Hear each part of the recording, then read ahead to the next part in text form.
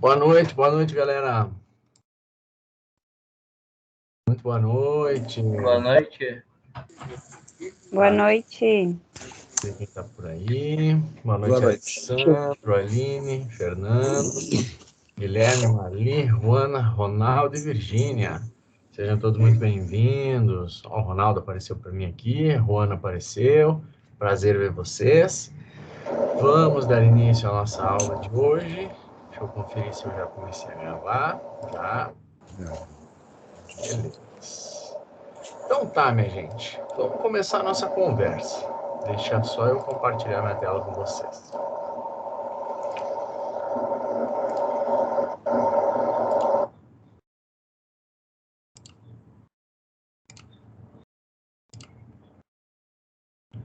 Pronto. Aparece aí para vocês, gente? Apareceu o slide? Beleza. Sim. Show, muito obrigado.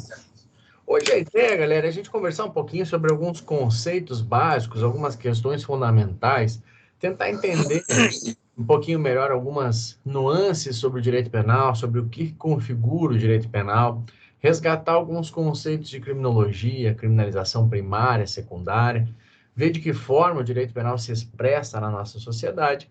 A ideia hoje é tentar estabelecer algumas categorias, alguns conceitos, ficar vinculado a algumas questões de antecipação ao que a gente vem pela frente, ao que a gente vai ver pela frente, que serão os princípios do direito penal, efetivamente, e os institutos do nosso Código Penal. O que é um crime, afinal? O que se constitui uma conduta delitiva? Qual é a diferença entre crime e contravenção penal? Ou melhor, ou entre exatamente crime e contravenção penal, que ambos compõem a categoria infração penal? Isso tudo a gente vai ver mais para frente. Mas hoje a gente começa com alguns conceitos preliminares, algumas categorias preliminares. Esse material que eu for utilizando em sala de aula, eu vou colocando lá no Moodle. Eu criei um grupo para gente, esqueci de falar. Eu criei um grupo de WhatsApp, mandei pelas mensagens do Moodle o link para acesso ao grupo. Também a gente vai postando ali material, vai conversando sobre dúvidas que forem surgindo. Nas outras turmas, nos outros semestres, era bastante comum de a gente conversar sobre fatos que aconteciam no decorrer do semestre. Então, acontecia algum fato relacionado à nossa matéria, a gente conversava ali pelo grupo, tentava entender quais eram as repercussões penais daquele fato, o que tinha acontecido. Então, a gente pode fazer isso nesse semestre, se vocês tiverem interesse. A gente vai conversando, vai vendo o que vai acontecendo e vai avaliando as repercussões penais dos fatos sociais que acontecem.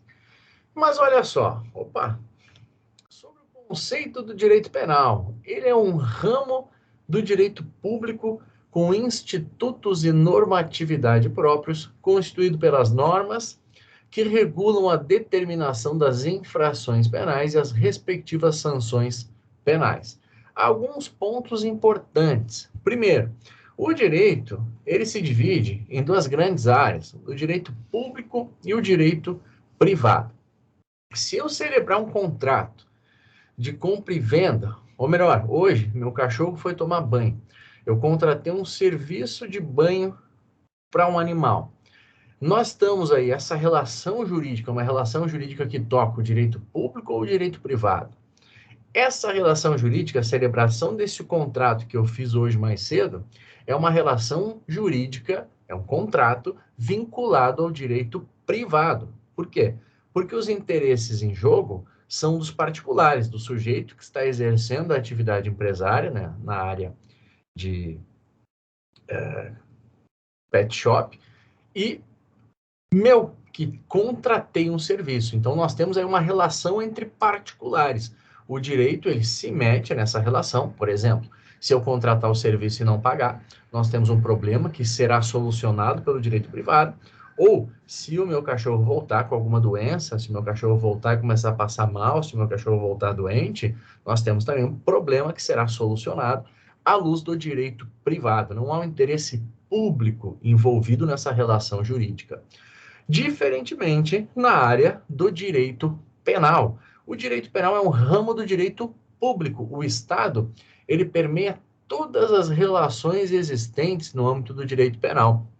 Se houver um crime, mesmo que esse crime não seja um crime contra a administração pública, contra a administração da justiça, contra a ordem tributária, ainda assim, isso não deixa de atrair o interesse do Estado.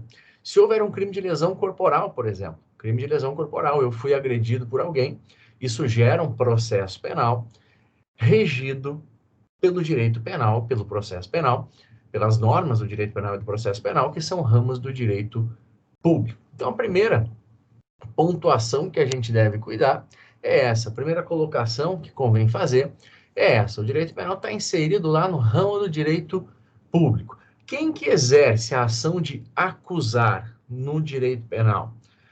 Compete ao Ministério Público, como regra, dar início a uma ação penal. Então, como regra, o promotor de justiça é o responsável por exercer a ação penal e instaurar um processo. O Ministério Público representado pelo promotor de justiça na área estadual e pelos procuradores da República na área federal. Em alguns casos, entende-se que o interesse jurídico acaba sendo não o interesse jurídico da sociedade, mas sim o interesse jurídico da parte, de modo que em casos bem excepcionais, bem pontuais, o próprio particular é que tem a possibilidade de dar início a uma ação penal. Quando a gente estudar a ação penal, a gente vai ver isso. A gente vai ver que a ação penal ela se divide em ação penal pública. Nas ações penais públicas, o Ministério Público é o titular da ação penal. O promotor de justiça tem que fazer uma denúncia acusando o sujeito. E em ação penal privada. Nas ações penais privadas, é a vítima que tem a possibilidade de dar início ao processo, por meio do ajuizamento de uma queixa-crime. Felipe, quais são os casos em que se admite ação penal privada? Quais são os casos em que se deve proceder por meio de ação penal privada? São casos bem excepcionais mesmo. Como, por exemplo, no caso de crimes contra a honra. Se alguém ofende a minha honra, se alguém me calunia, me difama ou comete injúria contra mim, como regra, eu, Felipe, vou ter que contratar um advogado e ajuizar uma queixa-crime, oferecer uma queixa-crime. Agora, se alguém tenta me matar, o responsável, vejam que o bem jurídico tutelado é mais intenso, é a vida. Nessa hipótese, se alguém tenta me matar, o responsável por dar início a esse processo é o Ministério Público. Então, a gente está situado aqui dentro de um ramo do direito público, que possui suas regras, suas orientações, suas determinações próprias, que no decorrer do semestre a gente vai estudando. Um ponto que eu gostaria de chamar a atenção de vocês aqui também, dentro desse conceito, que é o seguinte: no direito penal nós temos... Boa noite, João. Chegou o João aí? Beleza? No direito penal, nós temos as infrações penais. E aqui eu queria que vocês tentassem gravar essa distinção, ó. Infrações penais englobam crimes e contravenções penais, mas o crime é diferente da contravenção penal. Então, quando a gente fala em infrações penais, a gente está falando de algo mais amplo, que congloba no seu conceito crimes e contravenções. Felipe, o que é mais grave? Crime ou contravenção? O crime é mais grave que a contravenção. A contravenção penal está prevista na Lei de Contravenções Penais e possui algumas condutas bem antigas que pouco se aplica hoje em dia, mas é importante que a gente conheça. A maior parte das infrações penais são crimes, algumas delas são contravenções penais. Depois eu quero mostrar para vocês algumas contravenções ali, só de curiosidade, para a gente conhecer mesmo. E, além dos crimes e das contravenções, outro conceito que eu gostaria de conversar com vocês é o conceito de sanções penais. Olha só, aqui de novo a gente tem uma distinção interessante. Dentro do conceito sanção penal, a gente tem penas e a gente tem medidas de segurança. Significa dizer que o Estado pode sancionar o comportamento... Meu cachorrinho tá doido. O Estado pode sancionar o comportamento dos sujeitos por meio da aplicação de uma pena, que é uma coisa, ou por meio da aplicação de uma medida de segurança. Felipe, qual é a diferença entre pena e medida de segurança? Se eu cometo um crime, a gente viu, né, que o crime é um fato típico, ilícito e culpável. A gente vai ver, melhor dizendo, a gente apenas conversou na última aula. O crime é um fato típico, ilícito e culpável. Se eu cometo um fato tendo conhecimento de que esse fato é algo equivocado, é um crime, e eu sei que aquela conduta é uma conduta criminosa, e eu consigo controlar o meu comportamento para não cometer essa conduta criminosa, mas eu escolho cometer infração penal, eu sou punido com uma pena. O Estado diz, olha só, você cometeu um fato típico, porque estava previsto na legislação, você cometeu um fato ilícito, porque não havia nenhuma excludente de ilicitude, e você era culpável, porque você sabia que o que estava fazendo era errado, mas você optou por ainda assim prosseguir. Então, o fundamento de uma pena é a culpabilidade. Você, Felipe, quis fazer algo errado e fez. Por outro lado, nós temos as medidas de segurança. A medida de segurança é aplicável no caso em que o sujeito comete um fato típico, um fato ilícito, mas ele não é culpável por ausência de imputabilidade. Como assim, Felipe? O Código Penal diz que para a gente punir uma pessoa, essa pessoa tem que compreender o caráter ilícito da sua conduta e ter condições de se determinar de acordo com esse entendimento. Então, o cara tem que saber que está fazendo algo errado e tem que poder se controlar em relação a esse algo errado. Caso isso não se comprove, o legislador entendeu que esse sujeito não pode ser apenado. A ele não pode ser aplicada uma pena. Significa que ele vai ficar impune? Não. Significa que ele vai receber uma medida de segurança. A medida de segurança ela tem um fundamento de tratamento. O que é a medida de segurança? É uma internação, um tratamento. Então o juiz vai dizer para o cara, você cometeu um fato típico, ilícito, e eu sei que você não sabia o que estava fazendo. Eu sei que você não compreendia o caráter ilícito da sua conduta, mas você é um sujeito perigoso. Por ser um sujeito perigoso, eu não posso simplesmente liberá-lo. Eu vou submeter você a um tratamento. Quando cessar a sua periculosidade, eu lhe restituo a liberdade. Então, vamos lá de novo, só para a gente gravar. A pena tem como fundamento a culpabilidade, o cara fez algo errado e sabia que estava fazendo. A medida de segurança tem como fundamento a periculosidade.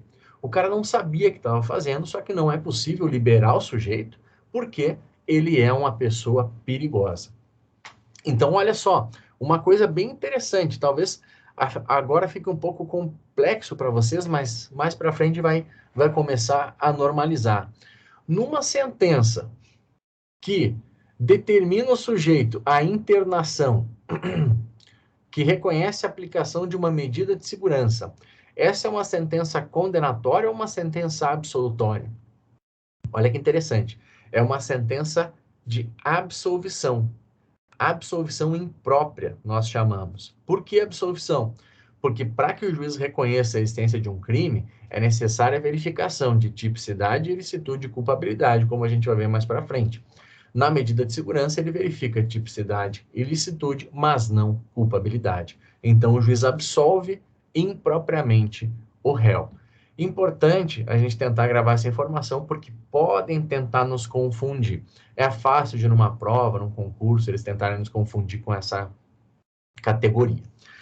Mas então é isso. O direito penal está inserido no âmbito do direito público, tem normas e normativas próprias que a gente vai tentar estudar no decorrer do semestre, que regula o que é uma infração penal, que é um crime, que é uma contravenção, e quais são as respectivas sanções que se aplicam no âmbito do reconhecimento de uma conduta atípica e ilícita, que são as penas e as medidas de segurança. Deixa eu mostrar para vocês agora aqui, deixa eu abrir rapidinho, a Lei de Contravenções Penais.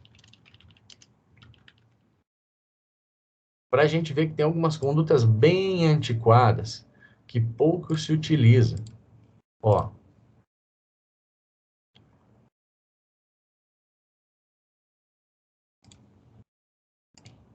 Essa aqui é a Lei de Contravenções Penais. Ela é de 1941. O Código Penal, ele também é antigo, ele é de 1940, só que ele foi sofrendo reformas, ele foi se atualizando. A Lei de Contravenções Penais, não. Então, olha só uma das contravenções penais que a gente tem. A vadiagem. e se presume a periculosidade do sujeito condenado por vadiagem. Presumem-se perigosos, além dos indivíduos ali que ele refere no artigo 78 do Código Penal, o condenado por motivo de contravenção cometido em estado de embriaguez pelo álcool, substâncias de efeitos análogos, quando habitual à embriaguez, o condenado por vadiagem ou mendicância. A mendicância ainda é uma contravenção penal? Não, a mendicância foi revogada, tá? Mas a vadiagem ainda é. Deixa eu achar. É entregar-se, não, entregar-se habitualmente. Está no artigo 59 da Lei de Contravenções Penais, a contravenção penal de vadiagem. Entregar-se habitualmente à ociosidade, sendo válido para o trabalho, sem ter renda que lhe assegure meios bastantes de subsistência ou prover a própria subsistência mediante ocupação ilícita. Então, o cara que pode trabalhar e não trabalha e não tem condições de se sustentar dessa forma, sem que seja pelo trabalho, ele comete a contravenção penal de vadiagem. Claro, né? Muito dificilmente alguém vai ser punido por isso, alguém vai ser preso por isso, alguém vai ser levado à delegacia por isso, porque vários tipos penais acabam caindo em desuso, mas é interessante a gente saber que existe. E a mendicância estava aqui, só que foi revogada em 2009. Mendigar por ociosidade ou cupidez. Artigo 62 também é uma contravenção diferente. Apresentar-se publicamente em estado de embriaguez, de modo que cause escândalo ou ponha em perigo a segurança própria ou alheia.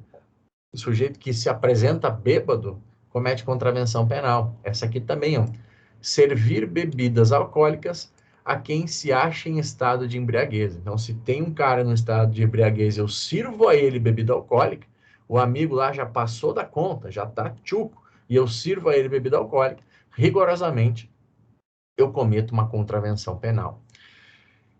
Importante a gente ver isso para a gente entender o conceito que vem em seguida, que é o conceito de seletividade do sistema penal. Galera, não são todas as condutas que estão previstas na nossa legislação penal como sendo criminosas que serão punidas. E muito menos, não são todas as pessoas que cometem crimes que serão também punidos. Na verdade, o sistema penal ele absorve uma pequena parcela da criminalidade, uma pequeníssima parcela da criminalidade ocorrida e existente no nosso meio social. Olha só.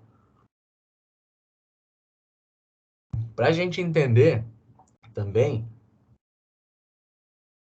a diferença e a inter-relação entre o direito penal, a ciência penal, a criminologia e a política criminal. É interessante a gente ver de que forma que essas ciências se harmonizam, se complementam e tentam trabalhar juntos em prol da sociedade. O direito penal é uma ciência normativa que estuda o dever ser, ou seja, as normas penais tais como elaboradas pelo legislador, os princípios que compõem o sistema jurídico,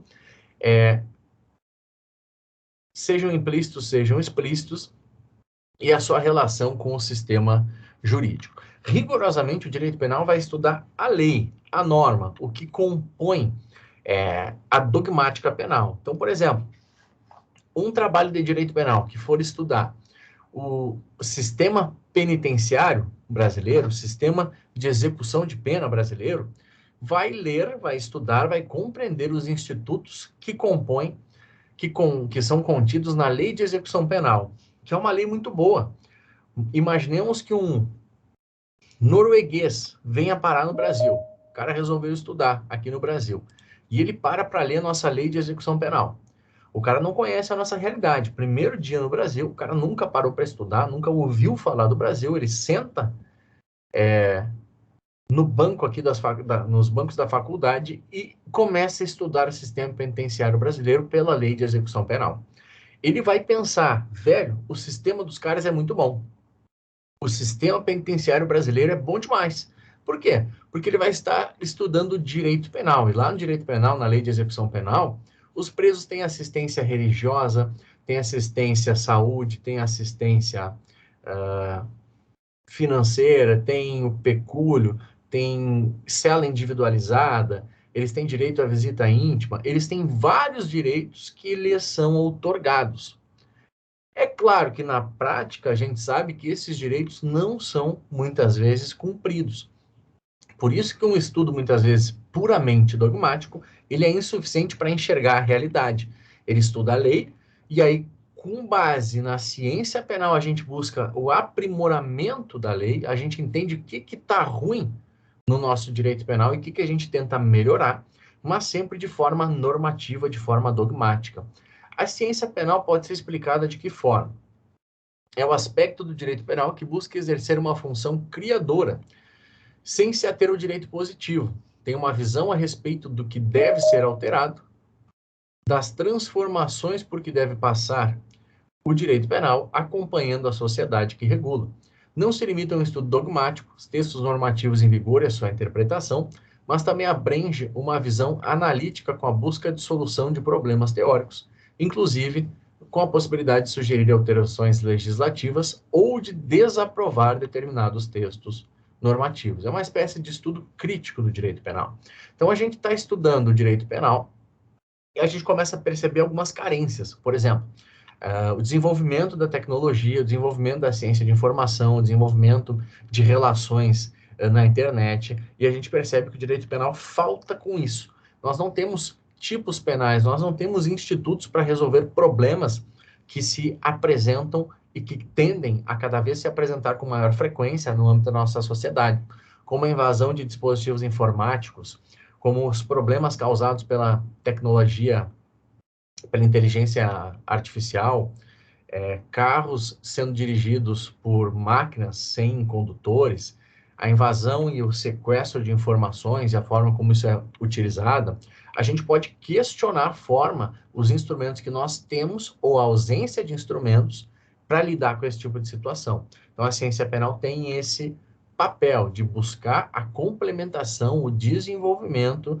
e o maior alicerce de institutos adequados para que o direito penal lide com os problemas sociais.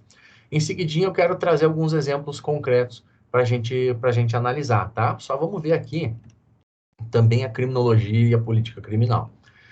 A criminologia é uma ciência empírica, ela é baseada na observação. Na criminologia, a gente identifica, a gente estuda a realidade. Especificamente, a criminologia tem como objeto o crime criminoso, a vítima e o controle social. Então, no caso do nosso norueguês, que estava lá estudando a lei de execução penal e que pensou, pô, o direito penal dos caras é avançado no que diz respeito à execução da pena, a sistema penitenciário. Se fosse um criminólogo, esse cara teria que ir dentro do presídio, teria que conhecer as instalações prisionais e, a partir disso, ele ia se dar conta de que a realidade é completamente diferente da normatividade. Então, a criminologia ela tenta ver as coisas como elas efetivamente são, a vida como ela efetivamente é. O estudo criminológico, ele muitas vezes ignora o direito penal e diz, velho, vocês estão viajando, vocês estão vivendo num mundo que não existe. Olha como a realidade é. Então, se tenta trazer a lume... Olha, Andrew. Boa noite, Andrew. Tudo bem? Se tenta trazer a lume a realidade para que essa realidade seja interpretada. É importante que haja um diálogo entre essas ciências. E a política criminal, ela busca a aplicação prática dos estudos da criminologia, valorando-os para a criação e elaboração de estratégias de intervenção estatal na atividade de repressão e prevenção dos delitos. Busca ser um instrumento para o Estado se utilizar dos estudos criminais para a orientação da sua atuação, com elaboração de políticas públicas na área de segurança pública e no trato da população carcerária. Então tá, juntando isso tudo, a gente tem o direito penal que estuda a norma, a ciência penal busca o aprimoramento da norma, criminologia examina a realidade, identifica problemas, e a política criminal aponta os caminhos para o Estado, os caminhos para onde se desejaria caminhar e busca alternativas. Como assim? Vocês conseguem pensar em alguma forma de política criminal que nós temos hoje em dia na nossa sociedade? Se a gente para pensar assim, política criminal, o que será que o nosso Estado faz? Quais são as medidas que o nosso Estado adota? Tem alguma coisa que chama a atenção? Um exemplo, Nós tivemos em 2006 uma lei chamada Lei Maria da Penha. Em 2012, nós tivemos a criação de uma qualificadora do homicídio chamada de feminicídio. Em 2021, nós tivemos a criação de 2 tipos penais, o tipo penal de perseguição e o tipo penal de violência psicológica contra a mulher. Além disso, nós tivemos o aumento de pena da lesão corporal cometida contra a mulher no âmbito de violência doméstica e familiar. Nós temos, isso tudo indica o quê? Que a criminologia identificou a realidade e percebeu. Olha só, a Constituição diz que todos são iguais, mas nós nós não somos tão iguais assim. Por quê? Porque as mulheres morrem muito mais nas mãos dos seus maridos, namorados, companheiros, do que os homens morrem nas mãos das suas mulheres, namoradas e companheiras. Então a criminologia identificou esse fato. Violência de gênero. É mais comum uma mulher ser assassinada do que um homem ser assassinado numa situação de violência doméstica. A partir disso, se estabeleceu uma política criminal de proteção às mulheres, de tentativa de enfrentamento à violência de gênero. E com isso se criaram alguns institutos de direito penal, como, por exemplo, a Lei Maria da Penha, que ela é uma lei penal e que diz que existem algumas medidas protetivas que a mulher pode pedir. Se uma mulher for vítima de violência doméstica, ela pode ir até a delegacia de polícia e pode pedir para que o seu companheiro seja afastado de casa, ou que se torne proibido ele de se aproximar dela ou de manter qualquer contato. Ainda, a Lei Maria da Penha estabeleceu a criação de delegacias específicas para atendimento à mulher, porque a criminologia lá identificou que as mulheres não se sentiam confortáveis relatando fatos íntimos da sua vida para homens, para policiais, que não tinham um treinamento adequado para compreender e ter empatia com esse tipo de situação. Então, veja, a gente teve ali medidas de política criminal, identificação de um fato social pela criminologia e medidas de direito penal. Vamos dar uma espiadinha em algumas dessas medidas de direito penal, só para que a gente não fique tão abstrato aqui também. Vamos começar pelo Código Penal. Gente, o tamanho tá bom? Vocês estão conseguindo enxergar aí o Código Penal? Tá muito pequenininho. Se tiver como aumentar um pouquinho. Vou tentar. Professor, a pessoa pode aumentar, ela aperta o Ctrl e roda a bolinha do mouse aí que ele aumenta sozinho na própria tela. Ah, beleza. Muito obrigado, Ronaldo. Obrigado. Olha só. No próprio PC, professor, do aluno, também aumenta, sem aumentar o dos demais colegas. Ah, não sabia disso. Obrigado, Ronaldo. Obrigado pela informação. Gente, olha só. Entrei aqui. Lei Maria da Penha, de 2006. Então, pelo menos desde 2006, a gente está tentando. A gente identificou, velho, peraí, tem alguma coisa errada. A Lei Maria da Penha, ela inicialmente não previa nenhum crime. Depois de muitos anos, se criou o crime de descumprimento de medida protetiva. Mas ela é uma lei que não tem crime. Inicialmente não tinha criado um crime. Ela só deu orientações. Quer ver? Olha só a ementa da lei aqui, ó. Cria mecanismos para coibir a violência doméstica e familiar contra a mulher, nos termos do parágrafo 8º do artigo 226 da Constituição, da Convenção sobre a Eliminação de Todas as Formas de Discriminação contra as Mulheres e da Convenção Interamericana para Prevenir, Punir e Erradicar a Violência contra a Mulher. Dispõe sobre a criação dos juizados de violência doméstica e familiar contra a mulher, altera o CPP, o Código Penal, a Lei de Execução Penal e dá outras providências. Um dos artigos mais importantes da Lei Maria da Penha é o artigo 20, se eu não me engano, 20 ou 22, acho que é o 20. 22, que é o artigo que criou as medidas protetivas.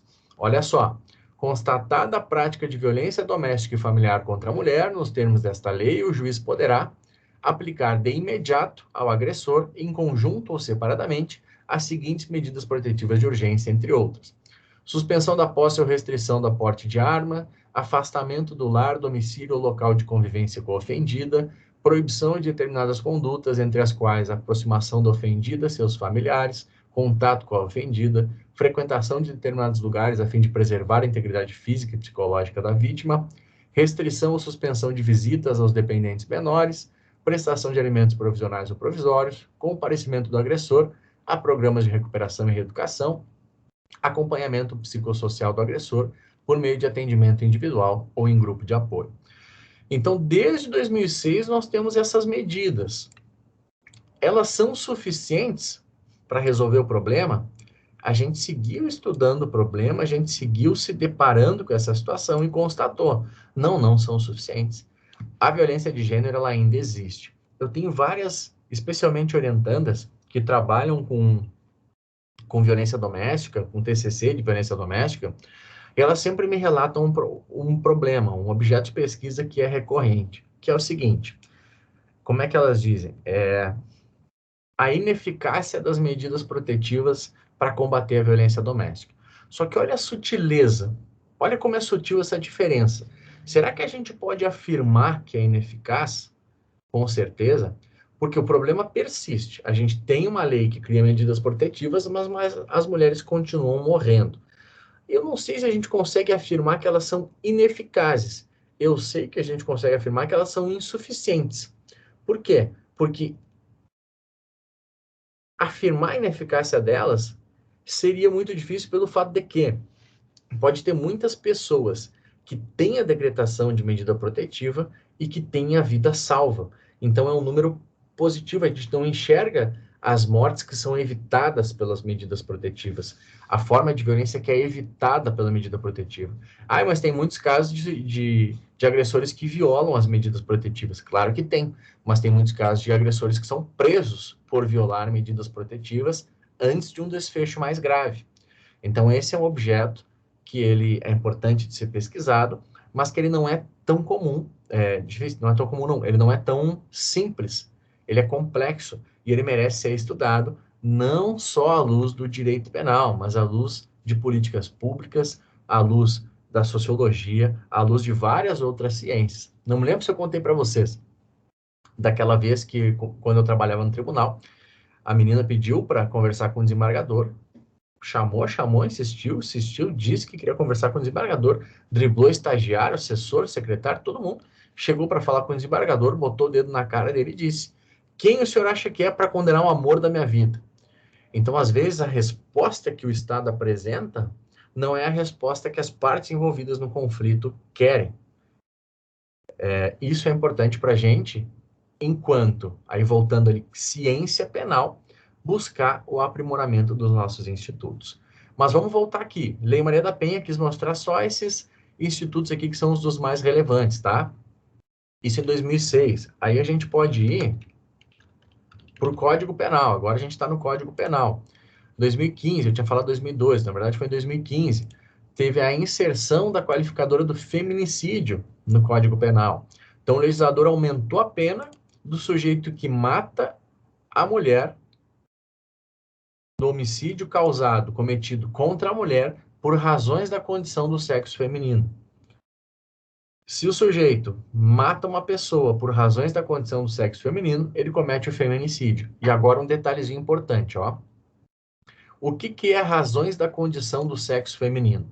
O legislador definiu, botou no parágrafo 2º-A do Código Penal, do artigo 121 do Código Penal, o seguinte: considera-se que há razões de condição do sexo feminino quando o crime envolve violência doméstica e familiar, menosprezo ou discriminação à condição de mulher. Então, muita atenção. Esse conceito de razões da condição do sexo feminino se tornou um conceito normativo. Por quê? Porque ele foi dado pelo legislador inserido no Código Penal. Então, eu só posso dizer, para fins de direito penal, que há razões de condição do sexo feminino quando houver uma situação de violência doméstica ou uma situação de menosprezo ou discriminação à condição de mulher. Significa dizer o seguinte: quer ver que a gente pode discordar um pouquinho, a gente pode pensar um pouquinho sobre o conceito? Se eu e minha esposa discutimos por um jogo de futebol, ela é gremista, eu sou colorado, a gente discute e eu mato ela por causa dessa discussão. Pode-se reconhecer que há razões de condição do sexo feminino no meu homicídio?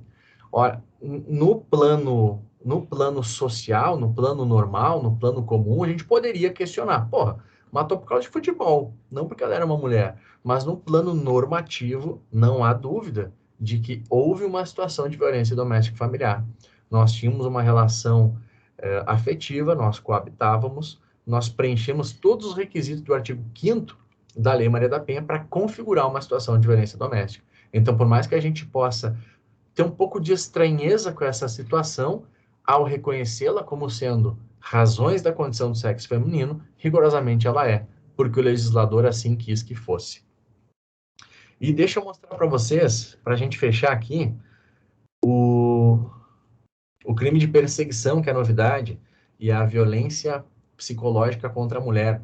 São 2 tipos penais que foram inseridos na legislação ano passado, 2021, e que, para quem quer fazer concurso, bem importante, tá, galera? Normalmente, novidade cai em concurso.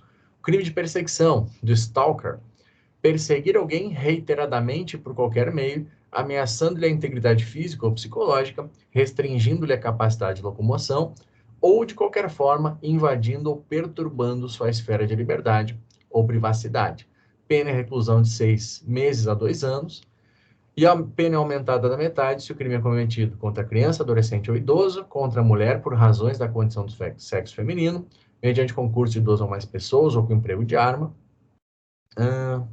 As penas desse artigo são aplicadas sem prejuízo das correspondentes à violência e somente se procede mediante representação. Olhem só, a perseguição, ele é um crime que não necessariamente é cometido contra a mulher. É claro que, normalmente, esse tipo penal vai ser aplicado, no mais das vezes, protegendo as mulheres. Mas um homem pode ser perseguido? Pode. Inclusive, uma policial civil foi presa esses dias. Não sei se vocês viram, porque ela perseguia todos os ex-namorados dela. Depois botei no Google aí, policial civil presa. Ela, inclusive, chegou a dar uma facada em um ou alguns deles. Então, ela pode cometer a perseguição. Não há necessidade de que a vítima seja a mulher. Agora, o 147B é um pouco diferente. Olha o nome do tipo penal. Violência psicológica contra a mulher.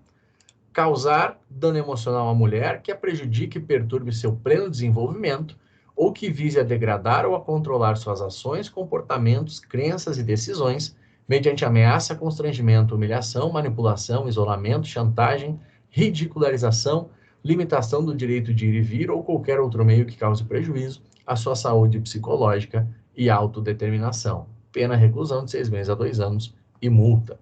Então, nesse caso, é necessário que a vítima seja mulher. Felipe, que tipo de comportamento cabe aqui? O que o legislador pensou? Sabe quando o cara diz, tu não vai sair com essa roupa? Tu não sabe nada mesmo? Tua opinião não vale de nada? Esse tipo de comportamento que foi pensado quando se criou esse tipo penal. Tudo em ordem até aqui, gente? Beleza? Para a gente seguir adiante, então, deixa eu mostrar um último tipo penal aqui, que eu lembrei, que fica interessante para a gente exemplificar essa questão de aprimoramento do ordenamento jurídico. Vocês lembram, há alguns anos, um cara que ele entrava no metrô, nos ônibus, e ele ejaculava nas mulheres? O cara entrava no metrô, ejaculava na mulher, era preso, em seguida ele era solto, ele fazia isso de novo, em seguida ele era solto e fazia isso de novo. Naquele momento, ele era preso pela contravenção penal de perturbação do sossego. É uma contravenção penal que não admitia a decretação de prisão preventiva. E aí se tentou pensar, se tentava colocar, enquadrar a conduta dele no estupro, mas dogmaticamente a conduta não entrava no estupro, porque não tinha violência, grave ameaça. E, nesse momento, o nosso direito penal se deparou com uma lacuna.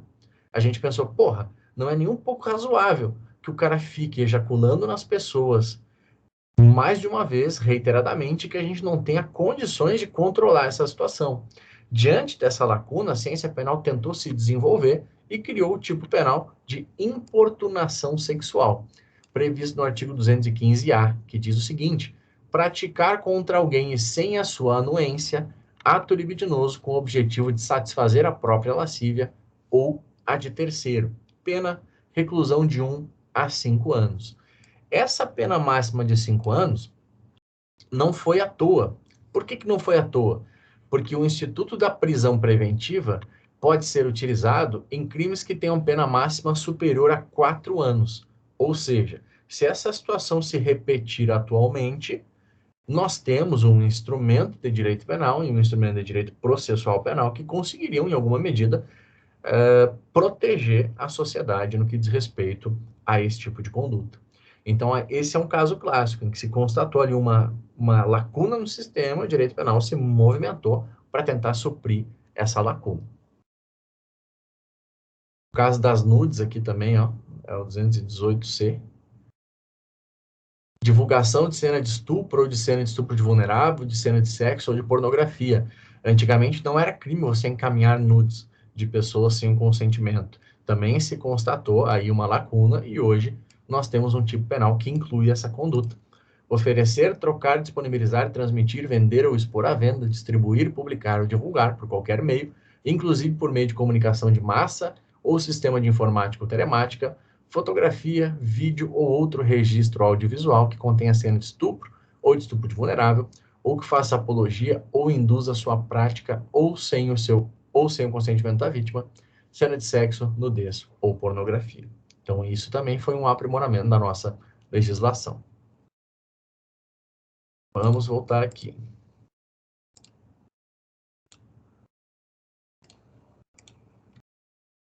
Beleza, a política criminal, então, esse é um exemplo. Mas hoje nós temos também, pensando um pouquinho mais, uma política criminal de combate às drogas, de enfrentamento às drogas. Hoje a maioria das prisões que o nosso sistema de controle formal realiza está vinculado ao tráfico de drogas. Nos últimos anos, nós temos desenvolvido uma política criminal de combate aos crimes de colarinho branco também, embora com muito menos intensidade, embora de forma muito mais dificultosa o seu avanço. Nós tivemos algumas operações, Operação Mensalão, Operação Lava Jato, que tentaram alcançar pessoas cujo alcance antes era impensável. Vamos lá. Aqui eu vou passar um pouco rapidinho algumas características do direito penal. Ele é uma ciência cultural. Afirma-se que não é uma ciência natural, porque as ciências naturais estudam as coisas como elas são, o ser. Já o direito penal, enquanto ciência cultural, estuda o dever ser, como que as coisas devem ser. Essa é a finalidade, o objeto de estudo do direito penal. É uma ciência normativa porque se dedica ao estudo das leis penais e as consequências da violação dessas normas. Ao contrário da criminologia que busca ali a origem da criminalidade, o conceito de criminoso, como que a sociedade deve se moldar para combater determinados comportamentos, o direito penal ele estuda em institutos dogmáticos axiológicos. É uma ciência valorativa, a gente tem valores dentro do nosso direito penal. O direito penal ele incorpora valores que considera importantes para a sociedade. Por exemplo, por que a pena mínima do furto é 1 ano e a pena mínima do homicídio qualificado é 12 anos? Porque dentro da concepção do direito penal, o bem jurídico vida tem mais valor do que o bem jurídico patrimônio. Outro exemplo, num caso de estado de necessidade, vamos pensar no caso de estado de necessidade aqui só para a gente fazer uma avaliação. Vocês já viram o Titanic? Todo mundo já viu o Titanic? Eu estou ficando velho e a geração mais nova não conhece ainda, por isso que eu pergunto. Mas na minha época, todo mundo viu o Titanic. Beleza, show. Virgínia viu, Ronaldo viu, Ander, tu viu também? Eu acho que eu sou o único que não, viu? O Guilherme não conhece. Depois tu vai olhar então, Guilherme. Tu pesquisa aí Titanic. Titanic é um filme em que um casal se conhece num barco, o barco naufragou e no final, eles romantizam, né, a experiência, e no final, a Rose, que é a moça do barco, está em cima de uma tábua e o Jack, que a conheceu no barco, estavam perdidamente apaixonados, está num iceberg, assim, congelando. Está se segurando na tábua, mas submerso no mar, quase congelando. No final do filme ele morre, né? Mas vamos imaginar nessa cena que o Jack pense o seguinte: cara, conheci essa mina agora nesse barco, vou morrer à toa. E ele derruba a Rose, sobe na tábua e se manda. Deixa a Rose submersa e ele salva a própria vida. É possível que a gente considere a conduta do Jack típica? Típica sim, porque ele matou alguém. Matar alguém está previsto na legislação como sendo um crime. Agora, é possível que a gente considere a conduta do Jack contrária ao direito, ou seja, antijurídica ou ilícita? Nesse caso, não. Aliás, tem vozes contrárias, né? Mas rigorosamente não. Por quê? Porque ele agiu em estado de necessidade. E o estado de necessidade exclui a ilicitude da conduta, a antijuridicidade da conduta. O legislador diz, velho, matar é errado, normalmente. Mas em alguns casos eu entendo que você pode matar. Um deles é o estado de necessidade. Mas atenção, o estado de necessidade, para sua configuração, precisa de um conflito de bens jurídicos de igual hierarquia. Então, ali nós tínhamos vida do Jack contra a vida da Rose, vida contra vida. O bem jurídico sacrificado foi a vida da Rose para salvaguardar o bem jurídico vida do Jack. Vamos mudar um pouquinho. Guilherme, já te passo a palavra. Vamos mudar um pouquinho o exemplo. Vamos imaginar que a Rose estivesse na tábua e estivessem ali à deriva o Jack e o seu cachorrinho, o cachorrinho da Rose, na verdade. A Rose olha e pensa, bah, e agora? Meu cachorro está comigo há 10 anos, sempre me acompanhou, nunca me traiu, cachorrinho gente boa, e ela opta por salvar a vida do cachorro. Nesse caso, fica difícil a gente sustentar a configuração do estado da necessidade, porque os bens jurídicos possuíam valores distintos. Bem jurídico vida humana foi sacrificado para salvaguardar o bem jurídico vida canina. Por isso, o direito ele é uma ciência valorativa, ele atribui valor às coisas e atribui valor aos institutos. Guilherme, pois não? Digamos que eu estou no meu carro, daí eu sofro um assalto. Daí eu vou lá na hora, eu tenho porte de arma e atiro no bandido. E ele morre. Eu vou sofrer a pena de homicídio ou não? Guilherme, essa resposta, ela tem, para a tua pergunta, ela tem muitas variáveis. E dar uma resposta sim ou não, preto no branco, é irresponsável. Porque mesmo que eu te diga a resposta jurídica correta, vai ter um delegado que vai pensar diferente, vai ter um promotor que vai pensar diferente, vai ter um juiz que vai pensar diferente. Vou te dar um exemplo. Já vou te responder, tá? Mas estou só te passando informações importantes. Por exemplo, no caso da Ana Hickman, não sei se vocês viram, quem não viu, depois bota no Google. A Ana Hickman ficou ela, o cunhado e a cunhada sob a mira da arma de um fã, entre aspas, que invadiu o hotel, o quarto do hotel em que eles estavam. Não sei quanto tempo, mas acho que foi mais de hora que ela ficou nessa situação. Em determinado momento, o cunhado da Ana Hickman conseguiu tirar a arma do fã. Nesse embate corporal, a esposa do cara que estava lutando tomou um tiro, ou seja, a cunhada da Ana Hickman tomou um tiro, e o cara matou o fã. Morreu. Foram, acho que 2 disparos na região traseira da cabeça. Se eu fosse promotor de justiça, eu denunciaria? Não. Pelas informações que eu tenho, a não sei que viesse alguma coisa muito diferente, mas eu jamais denunciaria esse cara. Nunca. Agora, o cara foi denunciado, Guilherme? Foi. Então o cara está respondendo o processo. Porque pode ter compreendido o promotor que ele agiu em excesso. Ah, ele podia se defender, mas ele deu 2 tiros ao invés de 1. Ou ele deu um tiro de trás para frente, não de frente para trás. Então sempre vai depender dos fatos, precisamente. Mas, no teu relato, se não houver nenhum excesso, nós temos aí uma legítima defesa. O cara vem me roubar, eu tô parado no meu carro, o cara vem me roubar, o cara me aponta a arma, eu dou um tiro no cara. Pum. Não vou esperar, não vou chupar bala.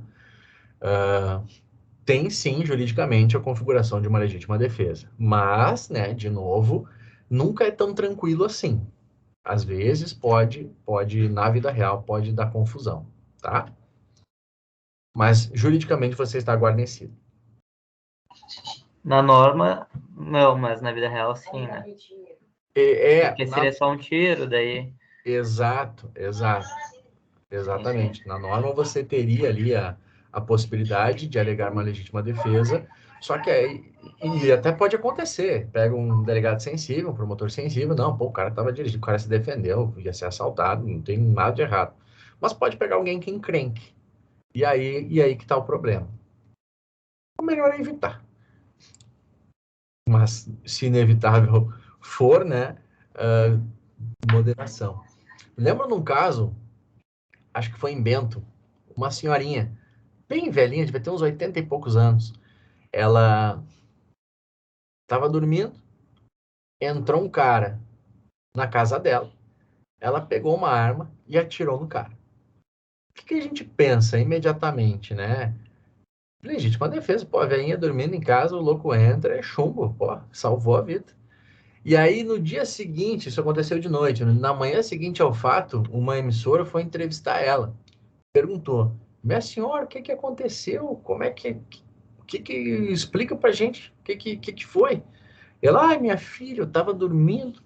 Quando eu ouvi um barulho na janela, eu achei que era o meu neto. E aí eu falei, fulano é você? Ele respondeu, cala a boca, velho. Eu me assustei, peguei a arma do meu marido e vi que ele estava saindo pela janela e dei um tiro. Pá!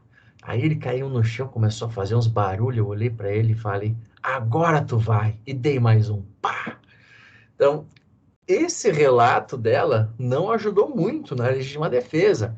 Mas, claro, a coitadinha, acho que ela faleceu em seguida, nem deu tempo de terminar o inquérito. Mas, assim, dificilmente teria denúncia nesse caso. Mas é uma situação... O relato dela tornou um pouco mais difícil, porque em tese, poderia ser configurado o excesso. Mas, claro, estava sozinha em casa, de madrugada, 80 e poucos anos, sabe? É tudo questão de interpretação. Juana, por favor. Juana? Oi. Eu não estou te ouvindo. Agora sim. Aliás, eu não tô. Agora, eu estou te vendo, mas não estou te ouvindo. Vamos lá. Dá um oi aí. Não. É só eu? Vocês estão ouvindo ela? Não. Também não escuto, professor. Também não, Não. professor. Também não. Também não. Agora sim? Aê, agora sim. Tá. O excesso, quando, vamos supor, como ele falou ali na questão do assalto, o ladrão ele chega com uma arma branca, uma faca, e descarrega o pente nele. Isso caracteriza um excesso? Caracteriza, Juana. Mas olha só, a tua pergunta é bem oportuna. Eu até vou aqui pro 25, porque é uma pergunta que sempre surge. Opa, 25 da legítima defesa. A gente vai ler o artigo e vai interpretá-lo, porque é uma coisa que eu sei que pode surgir. Entende-se em legítima defesa quem, usando moderadamente dos meios necessários, repele injusta agressão, atual ou iminente, a direito seu ou de outrem. Deixa eu achar aqui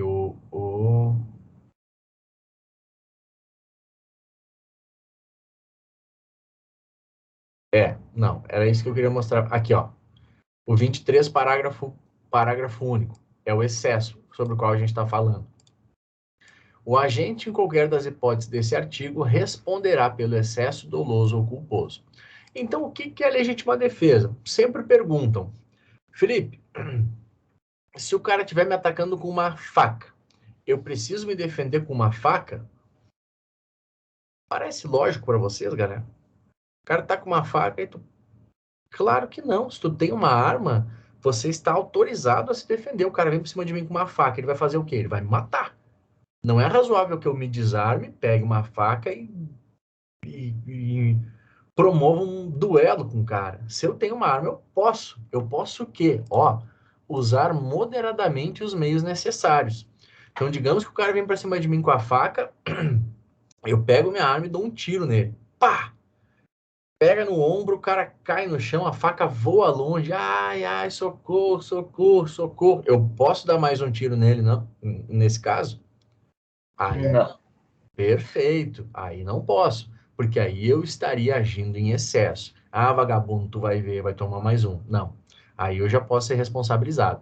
A partir do momento que não existe mais uma injusta agressão atual ou iminente, encerra o meu direito de me defender.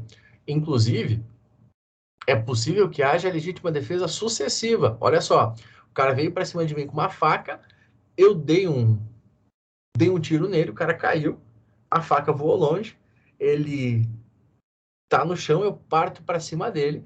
Ele pode, caso tenha, pegar uma outra arma e atirar contra mim, ou pegar uma outra faca e atirar contra mim. Nesse caso, ele estaria agindo em legítima defesa contra mim. O meu excesso abre possibilidade para ele exercer a legítima defesa. É o que a gente chama de legítima defesa sucessiva. A gente vai ver isso tudo no decorrer do semestre, mas a gente não pode se exceder em nenhuma das excludentes, sob pena de ser responsabilizado.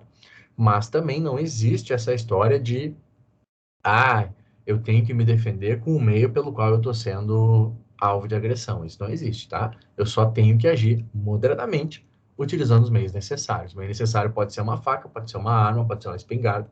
É o que está no meu alcance no momento em que eu estou sendo vítima de uma injusta agressão. Um outro detalhe já para vocês gravarem, a gente vai ver com calma, mas só porque às vezes nos perguntam em concurso, em prova, a legítima defesa, ela pode ser exercida mediante uma injusta agressão atual ou iminente. Ou seja, o cara deu um tiro, ou o cara tá vindo para cima de mim com a mão para trás e vai me dar um tiro. O estado de necessidade, ele somente pode ser exercido para se salvar de perigo atual, não iminente. Então, por exemplo, eu acho que vai pegar fogo. Eu mato o cara para que eu consiga sair pela porta que só passa uma pessoa. Não, tem que estar pegando fogo.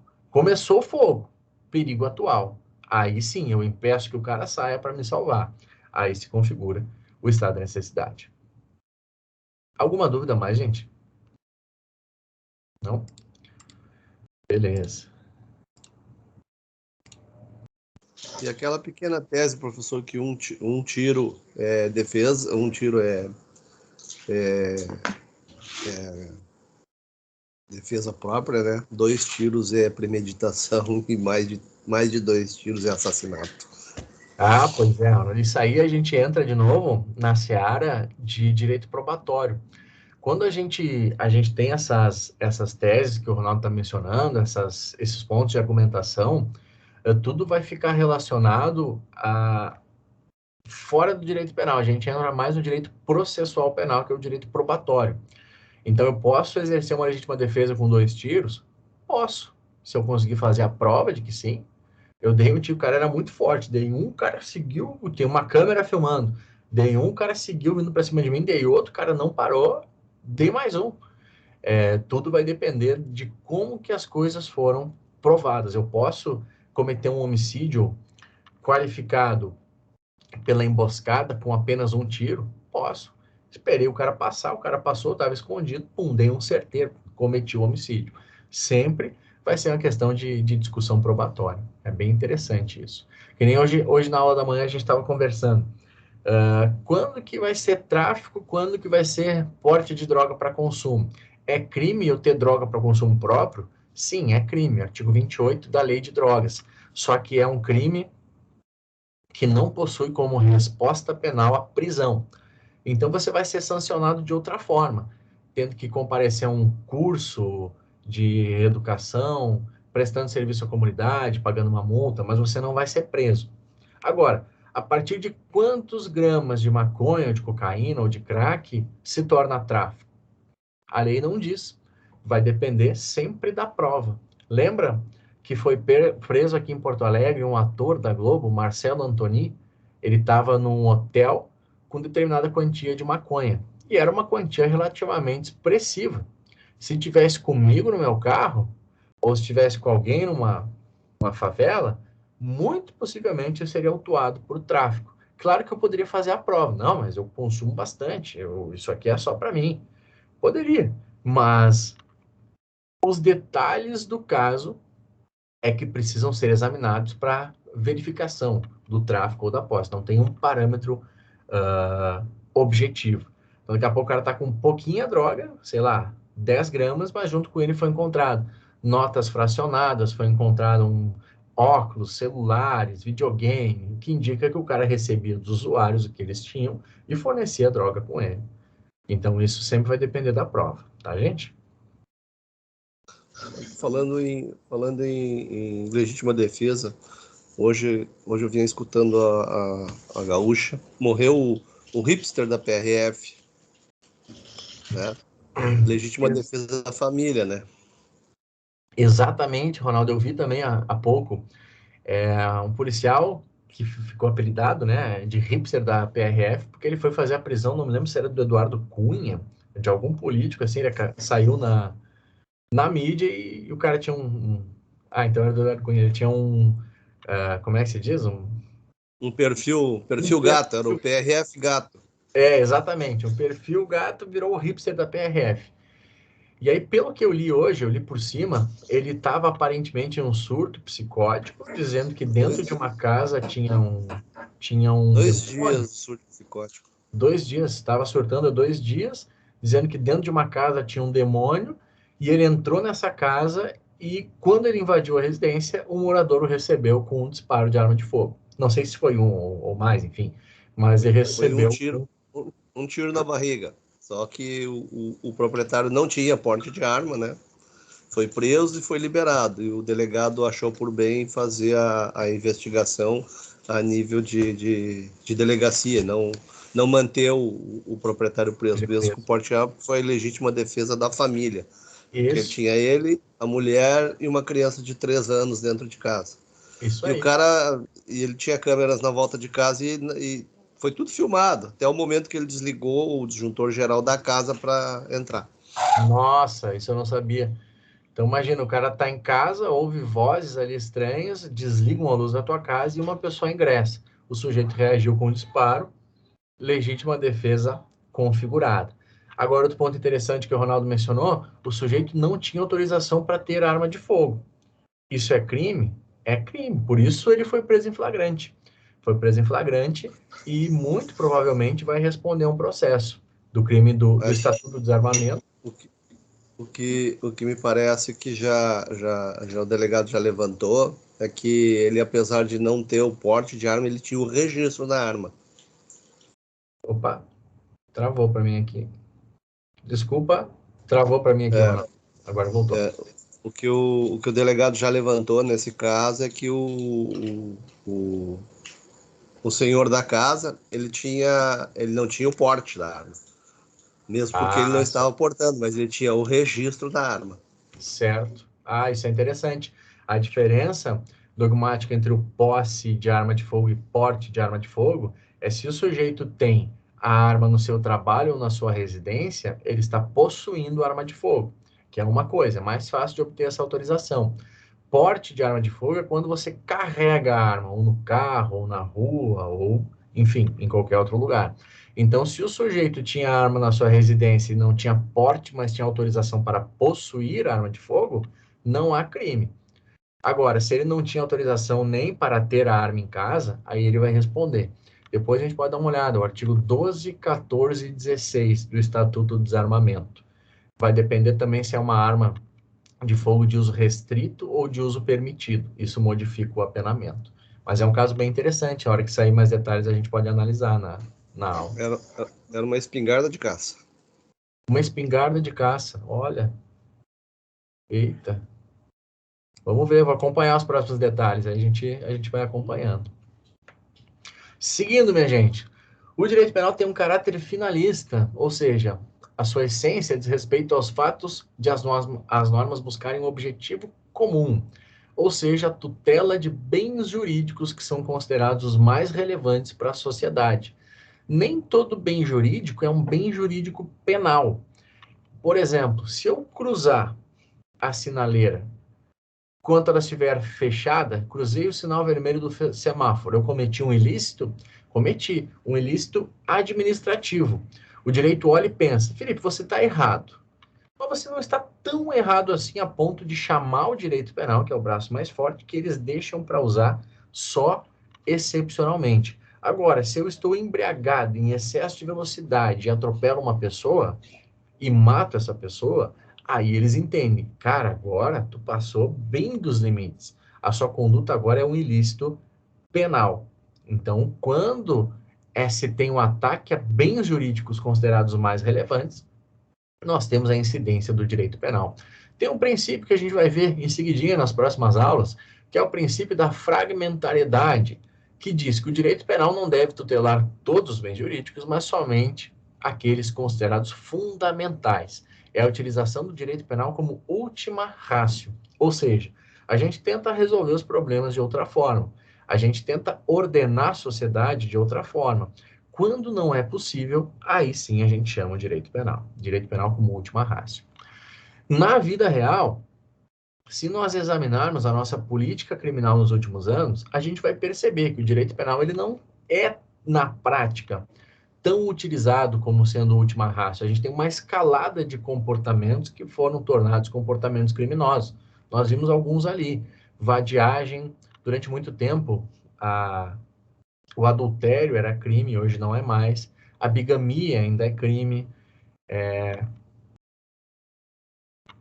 Danificação de planta ornamental, aposta de corrida de cavalos em ambiente alheio ao hipódromo, molestamento intencional de cetáceos. Tem várias condutas que, se a gente para e analisa, poxa, tem lesividade nisso aqui? Tem lesividade penal nisso aqui? A gente pode ficar em dúvida.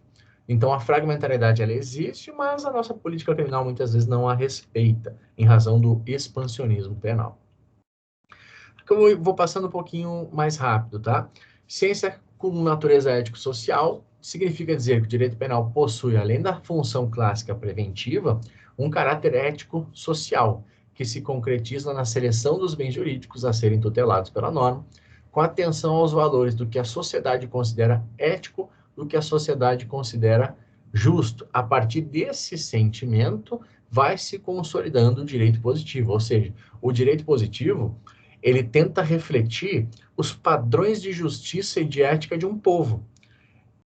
E isso vai se modificando conforme a sociedade vai se modificando. A gente acabou de falar que o adultério durante muito tempo foi crime. Hoje não é mais. A sociedade evoluiu, mudou seus padrões de percepção sobre os comportamentos e acabou entendendo que, peraí, acho que não faz mais sentido agora a gente criminalizar esse comportamento. Então, aos poucos, o direito vai se desenvolvendo. É um ramo do direito que tem como objeto a conduta voluntária, e aqui um parênteses, a conduta voluntária não significa conduta dolosa. Em seguida, a gente vai estudar a diferença entre o dolo e a culpa. Dolo é quando eu tenho intenção de cometer um crime. Por exemplo, eu quero matar uma pessoa, pego uma arma e atiro contra essa pessoa. A culpa é quando o meu comportamento, por imprudência, por negligência ou por imperícia, causa um crime. No caso de homicídio, eu, por exemplo, no trânsito, se eu sou imprudente, estou em excesso de velocidade, atropelo uma pessoa, eu posso cometer um crime de homicídio culposo, porque eu fui imprudente. É diferente o elemento subjetivo, intencional, dolo ou culpa, do elemento voluntário. A conduta voluntária, a conduta culposa também é voluntária. Porque em que pese eu não tenha tido intenção de causar o resultado, eu tinha a intenção de dirigir o meu veículo, eu tinha a intenção de exceder a velocidade, tá? Então, a culpa, ela reside na análise do elemento subjetivo. Quando a gente fala aqui conduta voluntária, a gente exclui da apreciação da conduta penal, por exemplo, os atos reflexos. Hoje é crime de importunação sexual ou de estupro, de acordo com a posição do STJ, carícias íntimas não consentidas. Então, por exemplo, se o cara passa a mão no seio da moça, ele pode cometer o crime de importunação sexual. Vamos imaginar que o sujeito está escrevendo alguma coisa e tem um espasmo, e esse espasmo acaba tocando o peito, o seio da moça. É possível a gente considerar que teve conduta? Não, não teve conduta. Não. Então, o direito penal não toma conta desse tipo de comportamento. Também aqui um exemplo é o sonâmbulo. O cara acorda sem qualquer controle do seu comportamento e sai por aí cometendo alguma coisa inadequada. Não se considera que há conduta para fins de direito penal também nesse comportamento. Gente, algumas classificações agora do direito penal. Nós temos o direito penal comum e o direito penal especial. O direito penal comum, ele é aplicado pela justiça comum, que se divide em justiça federal e justiça estadual. Justiça estadual é aquela justiça clássica, vai lidar com homicídio, vai lidar com tráfico, vai lidar com latrocínio, com estupro. E quem compõe o aparato do sistema judiciário estadual é um juiz de direito, é um promotor de justiça, um defensor público. A Justiça Federal ela é um pouco mais, entre aspas, glamourizada. A Justiça Federal é composta por um juiz federal, por procuradores da República, por um defensor federal, e está mais relacionada à criminalidade econômica. Então, por exemplo, lavagem de dinheiro, evasão de divisas, contrabando, descaminho, sonegação fiscal, isso tudo acaba sendo da competência da Justiça Federal. Deixa eu ver uma pergunta aqui. Professor, os slides vão ficar disponíveis? Sim, Fernando, eu vou postar lá. Vou postar no Moodle os slides. E o direito penal especial é da competência de órgãos que a gente considera especializados. Na nossa seara aqui, direito penal, existe a justiça penal eleitoral e a justiça penal militar. A justiça penal militar é bem... A gente pouco estuda. Eu lembro que eu me formei sem conhecer nada do direito penal militar. Tem um código penal militar, tem um código de processo penal militar com normas bem específicas. Tem vários crimes militares próprios, tem infrações punidas com a morte, que somente pode ser aplicada em guerra declarada, em caso, né, de guerra declarada, mas é bem interessante mesmo conhecer um pouquinho a justiça penal militar. Direito objetivo e direito subjetivo. Direito penal objetivo é o direito posto, aquilo que está positivado, ou seja, as leis penais, o conjunto normativo que nós temos que traduzem a positividade do nosso aparato legislativo, é o que consta efetivamente na norma. Já o direito subjetivo nasce com a violação de um direito positivo, ou seja, a violação da norma, a violação do direito que está positivado, outorga o nascimento de um direito subjetivo de exercer o ius puniendi, de exercer o poder-dever de punir. Então, por exemplo, a partir do momento em que eu mato alguém, ou seja, eu violei a norma positivada do artigo 121, nasce para o promotor de justiça, nasce para o Ministério Público um direito subjetivo de exercer a ação penal para que eu seja responsabilizado criminalmente, tá? Mas eu somente serei responsabilizado depois de me submeter a um processo. Não é automática a minha punição. Eu cometi um crime, matei, roubei, mesmo que eu seja preso em flagrante. Eu não sou punido automaticamente. Eu tenho o direito, e o Ministério Público tem o dever, de instaurar um processo. Por que eu não posso ser punido? No caso de uma prisão em flagrante. Fui preso em flagrante. Por que ainda assim eu não posso ser punido imediatamente? Olha só, deixa eu contar uma história para vocês. Teve um evento na faculdade há alguns anos em que um policial, um delegado de polícia federal, foi ouvido. Eu estava na mesa junto com ele e ele contou a seguinte história. Ele era um delegado de polícia federal que estava lotado na fronteira. Não me lembro qual fronteira, com qual país, mas ele disse que cruzou a fronteira, foi passear e um carinha estava pedindo carona. E ele resolveu dar carona para esse cara. Não, beleza, entra aí. Disse que quando o cara entrou, ele achou o cara meio estranho, o cara meio suspeito, assim, e se arrependeu. Putz, não devia ter dado carona para esse cara. E ele andou e deixou o cara onde o cara queria parar e o cara saiu. E ele botou a mão na pasta dele para pegar o celular, o delegado, e não encontrou. Imediatamente ele retornou, foi até onde tinha deixado o cara, encontrou o cara, de arma em punho, fez o cara entrar no carro, a todo momento ficou com a arma em punho, apontando para o cara e dizendo: cadê meu celular, cadê meu celular, cadê meu celular? Tava levando o cara para a delegacia, para que ele fosse preso. E em determinado momento ele coloca a mão no outro bolso da pasta e encontra o telefone. E aí mandou o cara sair, enfim, tentou resolver a situação. Por que eu estou contando essa história? Olha só, o cara é delegado de Polícia Federal.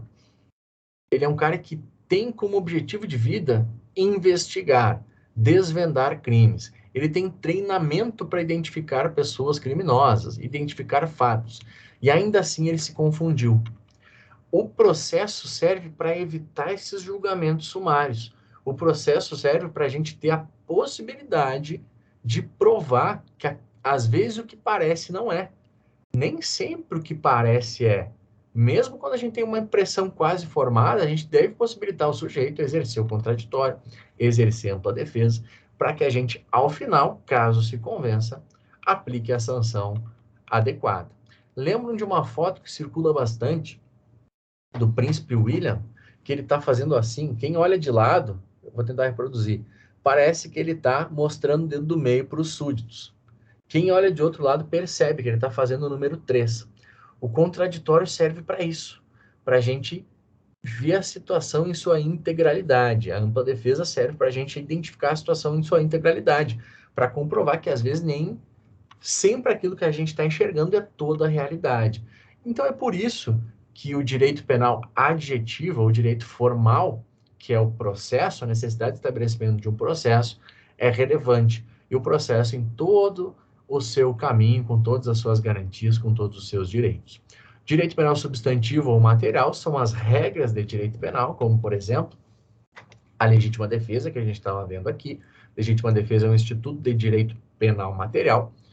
E o direito penal adjetivo ou formal são as regras de processo, conjunto de regras de princípios que vão ser aplicados no processo, como, exemplificativamente, a presunção de inocência. O sujeito, enquanto não houver uma sentença condenatória transitada de julgado contra ele, ele é considerado inocente por conta de um princípio constitucional. Aqui um breve comentário sobre o direito penal do fato e o direito penal do autor. Eu vou ver rapidinho o que consta no slide. Ó. O direito penal do autor é a denominação que se utiliza para a criminalização da personalidade, ou seja, daquilo que alguém é, e não da conduta, ou seja, daquilo que a pessoa fez. O fato passa a ocupar um segundo plano, sendo considerado como uma exteriorização da forma de ser do autor, como algo sintomático, ou seja, que espelha uma personalidade indesejada. No direito penal do fato, somente se pode criminalizar e sancionar o fato cometido pelo autor, em razão da sua culpabilidade.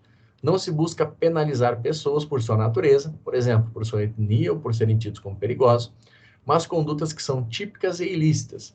O que se penaliza é o agente, mas em razão de sua responsabilidade penal em relação à conduta por ele apresentada, na medida da sua culpabilidade.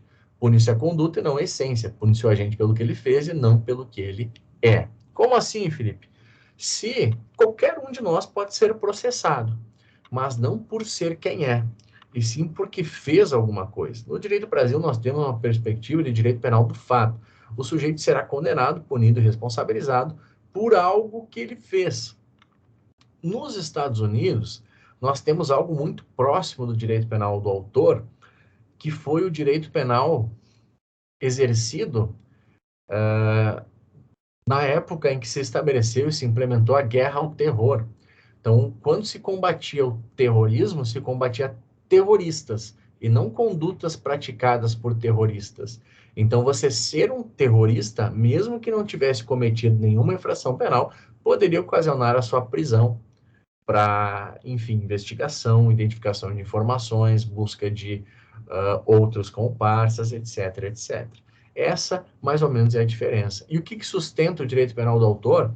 Tem uma teoria que se chama de direito penal do inimigo, de um autor chamado Günther Jacobs, um alemão, que ele estabelece essa perspectiva, ele que traz o fundamento, digamos assim, jurídico para esse tipo de política criminal, para esse tipo de direito.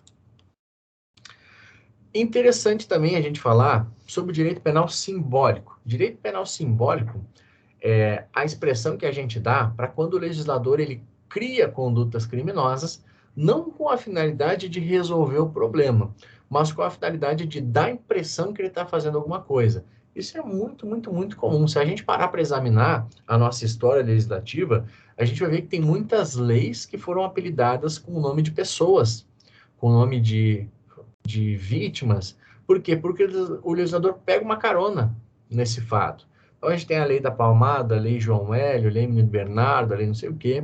Querem ver um exemplo clássico desse direito penal simbólico? Em 2012, nós tivemos a inserção no Código Penal do artigo 154A, que é o crime de invasão de dispositivo informático. Esse artigo foi inserido por meio de uma lei que ficou apelidada como Lei Carolina Dickmann. Ou seja, houve um fato social, não sei se vocês lembram, mas ela teve as suas fotos íntimas vazadas para a imprensa, enfim.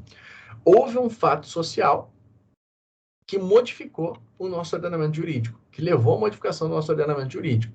Isso fez com que parassem os ataques, as extorsões, as invasões de dispositivos? Claro que não. O legislador usa o direito penal para acalmar a população. É um artifício muito utilizado. Usa a criminalização, o aumento de pena, a inserção de categorias delitivas como uma forma de tentar mostrar que coisas estão sendo feitas, quando, na verdade, não se implementam políticas públicas, não se implementam formas de, efetivamente, ou de em conjunto com o direito penal. Não digo que o direito penal não serve, mas nós precisamos de algo em conjunto com o direito penal para tentar solucionar os problemas de forma mais efetiva. Direito penal simbólico. E o direito penal de emergência? Deixa eu só falar. Não, depois eu falo. Sobre o direito penal de emergência também está inserido em um contexto em que o legislador, em que a ideia do Estado, da sociedade, do legislador, de criar tipos penais sob pressão popular, em situações de crise, no calor de fatos que chocam a sociedade. Acontece alguma coisa, parece que a gente necessariamente tem que dar uma resposta, e normalmente essa resposta vem por meio do direito penal. Então, é uma espécie de tipificação, criminalização com base num apelo popular muito grande, muito intenso. Nem sempre é errado, mas em várias vezes é errado. Deixa eu recomendar para vocês um documentário. Não é bem relacionado a isso, mas toca esse ponto, que se eu não me engano, se chama Proibição. É um documentário que tem Netflix que fala sobre a criminalização, a lei seca norte-americana, o Volstead Act, de 1919, que é legal que eles mostram como que se formou um caldo popular tão forte a ponto de se exigir a lei seca. Aí depois eles identificam efeitos não esperados da legislação, ou seja, eles veem que a lei não funcionou como eles esperavam, e aí, de novo, a mobilização popular agora contra a lei. E aí se revoga a lei. É bem interessante acompanhar essa forma de posicionamento social e de como o ordenamento jurídico se modificou em relação a isso. Para a gente finalizar, galera, alguns conceitos criminológicos que podem nos auxiliar aqui no direito penal. É importante a gente conhecer a diferença entre a criminalização primária e a criminalização secundária. Criminalização primária é a criação de uma lei para criminalizar uma conduta, um comportamento. Então, a gente viu, por exemplo, o crime de importunação sexual. Se identificou uma lacuna jurídica e o legislador estabeleceu a criminalização de uma conduta, que é importunar sexualmente uma pessoa. Crime criado por uma lei, isso representa a criminalização primária. Criminalização secundária é a efetiva aplicação da norma. Existem leis e crimes que não são aplicados. A gente acabou de ver ali, no começo da aula a gente viu a vadiagem, que é uma contravenção penal, que não há aplicação nenhuma. Então, apesar de haver criminalização primária, não há criminalização secundária. Isso na vadiagem faz sentido, isso na vadiagem, ok. Mas, se a gente fala de corrupção, se a gente fala de peculato, de desvio dos cofres públicos, nós temos leis graves, com apenamentos altos, mas a nossa falha reside na criminalização secundária. Porque apesar da gente ter um ordenamento jurídico bacana, a gente não consegue aplicar esse ordenamento jurídico. Então, a dificuldade reside na criminalização secundária. Tem um livro bem interessante que se chama O Controle Penal nos Crimes contra o Sistema Financeiro Nacional. Ele é um livro de 1998 que examina a Lei dos Crimes de Colarinho Branco, que é de 1986, a Lei 7492. A autora examina, então, 12 anos de vigência da Lei dos Crimes de Colarinho Branco. Lá em 86, nós tivemos criminalização primária, ou seja, a criação de uma lei de vários comportamentos de colarinho branco, vários crimes de colarinho branco. Em 98 se examinou, ok, nesses 12 anos de vigência da lei, quantas pessoas estão presas por crime de colarinho branco? Alguém tem um palpite? Em 98, lá de 86 a 98, 12 anos. 0, galera. De acordo com o livro da autora, de acordo com a pesquisa da autora, não tinha ninguém preso por crime de colarinho branco. Significa que os crimes não aconteciam? Não. Significa que havia um déficit no processo de criminalização secundária. Apesar da existência da lei, as instituições não estavam preparadas, não tinha vontade política, era difícil de se alcançar a implementação da punição nessas circunstâncias. Marli? Oi, boa noite, prof. Boa noite, tudo bem? Boa noite, tudo jóia. Uma dúvida, por gentileza, na questão da criminalização primária, neste caso estaria excluso o Poder Judiciário? Sim, estaria, Marli. O Poder Judiciário, ele está muito mais vinculado à criminalização secundária.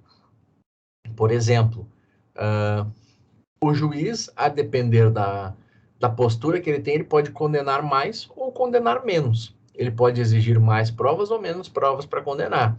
Então, ele influencia na aplicação da norma, mas não na criação. A criminalização primária fica vinculada exclusivamente ao Poder Legislativo e, eventualmente, a diretrizes do Poder Legislativo. O Poder Judiciário não influencia na criminalização primária.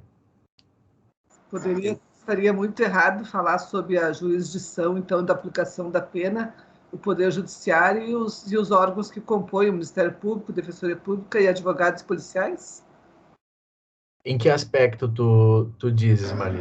Neste caso, para poder julgar a pena ou aplicar a pena, seriam esses órgãos, isso? Quem aplica a pena exclusivamente é o Poder Judiciário.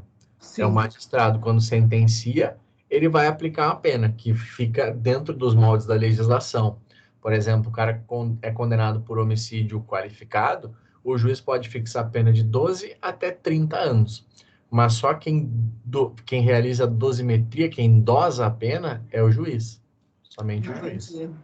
Entendi. Obrigada, prof. Nada. Obrigada, tirou dúvida. Tá bem. Depois a gente até pode ver o caso do... Desculpa, Ronaldo. O caso do... Se sair a sentença do caso da Boate Kiss, a gente pode até examinar, porque aquela foi uma pena que foi bem pesada na sentença. Então, a gente pode olhar, entender os motivos que levaram o juiz a fixar a pena naquele patamar. Pois não, Ronaldo? Neste caso, também da criminalização primária, depende muito também de que partido é o juiz, né? Tivemos casos recentes sobre essas coligações. Acaba, enfim, sobretudo nos últimos anos, acabou aparecendo bastante. A política influencia em tudo. Nos últimos anos, acabou aparecendo bastante influência no Poder Judiciário também. A gente tinha, enfim, magistrados de determinado segmento, de determinada orientação, que tinham posicionamentos para um lado ou para outro, em termos de maior rigor ou menor rigor. Ou leniência maior com determinado sujeito, ou leniência menor com determinado sujeito. Marli, tu ia falar mais alguma coisa? Opa, desculpa, Ronaldo. No caso Kiss, professor, eu também acompanhei bastante, eu assisti praticamente quase todas as sessões. O que me deixou mais perplexo foi que um dos proprietários da boate, né, neste caso, ele era somente ele não era um proprietário ativo, ele era um investidor, né? E ele acabou tendo uma pena igual, praticamente igual aos que cometeram o fato em si. E aquilo ali deixa a comunidade empresarial perplexa, porque tudo que tu vai investir, tudo que tu tem um investimento, né, tu corre o risco de ser processado criminalmente ou civilmente. Achei que abriu um precedente jurídico justamente na área empresarial, né? Onde as pessoas, os empresários que são investidores vão pensar muito hoje antes de começar a investir em certas boates ou em certas casas de show, alguma coisa que tenha assim, uma certa periculosidade, né? Com certeza, Ronaldo. Esse foi um ponto que me chamou muito a atenção também no julgamento e que me causou muita preocupação. O Ronaldo, ele está mencionando, só para explicar para quem não assistiu o julgamento, um dos réus, ele comprou parte da boate e ele queria receber os frutos da boate. E tinha um sócio administrador, que era o outro sócio. Então ele, de acordo com a tese dele, e de acordo com o que para mim ficou claro, ele não administrava nada, ele não tomava decisões, ele simplesmente botou dinheiro no negócio. E esse cara acabou sendo condenado. Ficou com a pena quase idêntica ao sócio administrador, acho que a diferença de 6 meses, 1 ano, alguma coisa assim, não recordo precisamente, mas foi uma diferença baixa. E o que o Ronaldo está mencionando é um instituto que no direito penal a gente estuda, que é quase que uma responsabilidade objetiva. No direito penal não existe responsabilidade objetiva. Direito civil existe. Se eu sou dono de um supermercado e vendo alguma coisa estragada, por mais que eu não tenha tido culpa no armazenamento, que aquela coisa estragasse, eu sou responsabilizado civilmente. No direito penal isso não existe. Eu preciso ter o meu comportamento vinculado ao resultado, para que aí sim eu seja condenado. Um cenário que isso acontecia bastante, Ronaldo, acontece ainda, são nas infrações tributárias, os crimes tributários. Às vezes o Ministério Público pegava todo mundo que estava no contrato social e denunciava. E às vezes tinha gente lá que emprestou um nome, sabe? Gente de 80 anos que emprestou o nome para abrir empresa e estava respondendo por sonegação fiscal, quando em verdade não tomou nenhuma decisão gerencial de efetivamente não declarar ou declarar de forma equivocada. Mas não devia ter emprestado o nome. Tudo bem, você pode denunciar por falsidade ideológica, mas não por sonegação, porque aquela pessoa não agiu para sonegar. O nome dela estava no contrato, mas ela não teve nenhuma conduta que representasse aquele resultado. E o mesmo no caso que isso ficou claro para mim no caso desse sujeito ali. O cara comprou e acabou se dando muito mal.